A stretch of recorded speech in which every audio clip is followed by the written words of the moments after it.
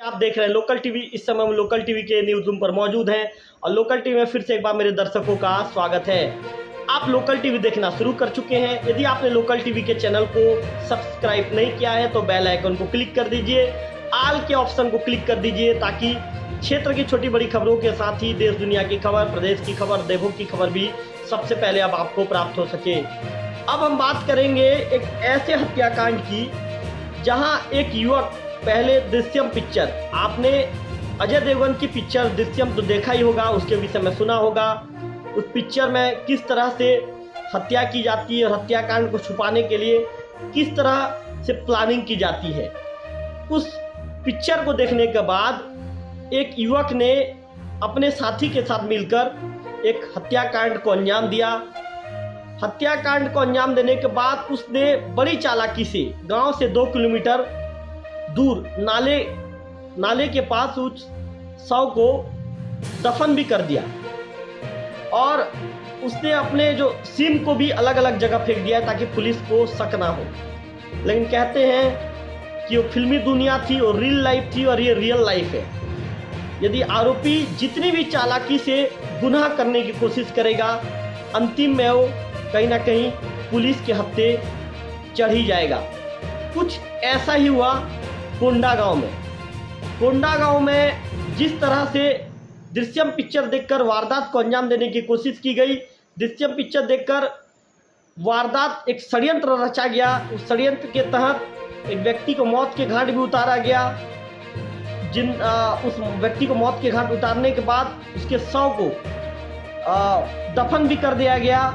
इसके बाद जब मामले की शिकायत पुलिस तक पहुंचती है, पुलिस सक्रिय होती है और पुलिस तमाम पहलुओं पर पुलिस जांच पड़ताल करती है और अंतिम में पुलिस आरोपियों तक पहुंचती है। आरोपियों को पुलिस पकड़ती है और उनके निशानदेही पर गांव से 2 किलोमीटर दूर नाले के किनारे जहां पर शव को दफन किया गया था, वहां से पुलिस शव को बरामद कर उसे फिर से पीएम के लिए भेजती है। ये पूरा मामला छत्तीसगढ़ के कोंडागांव जिले का है। खबर का विस्तार मेरे दर्शकों को बताना चाहूँगा। यहाँ पर जो युवक है दृश्यम पिक्चर देखकर झाड़ फूक करने वाले एक व्यक्ति की हत्या कर देते हैं। इसके बाद गांव से 2 किलोमीटर दूर, जैसा कि मैंने वीडियो शुरुआत में ही बताया था आप लोगों को कि गांव से 2 किलोमीटर दूर नाले के पास शव को दफना देते हैं। मोबाइल और सिम को भी अलग अलग जगह फेंक देते हैं। ये इसलिए ऐसा करते हैं कि ताकि पुलिस को इस मामले की भनक भी ना लगे, पुलिस को उनके ऊपर शक ना हो। इसके साथ साथ आपको ये बताना चाहूँगा कि मृतक के समाज से बहिष्कार के बाद उनके घर कोई नहीं जाता था। वहीं उनके मौत का मंजर देखने के लिए पूरा गांव मौके पर पहुंच जाता है। ये पूरा घटना धनोरा थाना क्षेत्र का है। 1 महीने के बाद पुलिस ने 2 आरोपियों के मामले में गिरफ्तार कर लिया है। आपको बताना चाहूँगा कि जिस तरह की जानकारी हमारे लोकल टीवी के पास है, उस जानकारी के मुताबिक धनोरा के ग्राम चनिया में एक परिवार का समाज ने साल 2013 में बहिष्कार कर दिया था।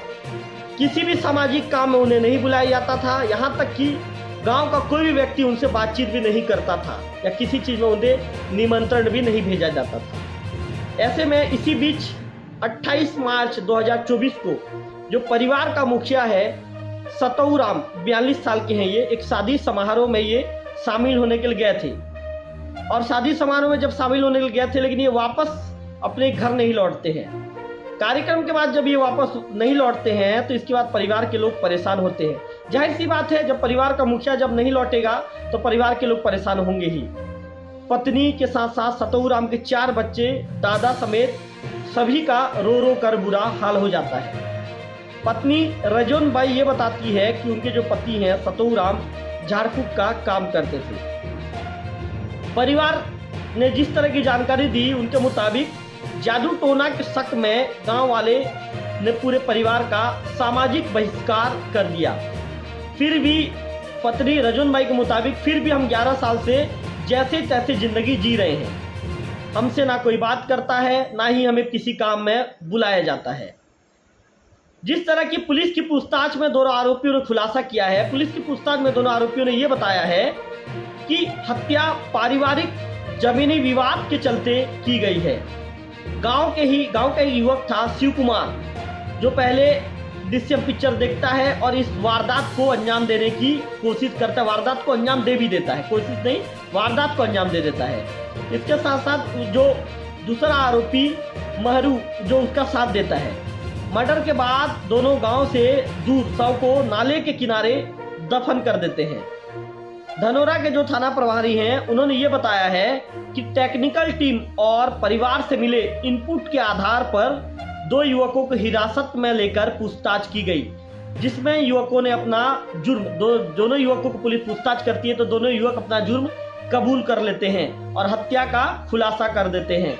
इसके बाद पुलिस आरोपियों को घटनास्थल लेकर पहुंचती है, जहां दोनों की निशानदेही पर सतऊ राम को, जहां इन लोग ये दोनों मारकर जो दफनाते हैं, वहां से पुलिस दोनों की निशानदेही पर बॉडी रिकवर करती है।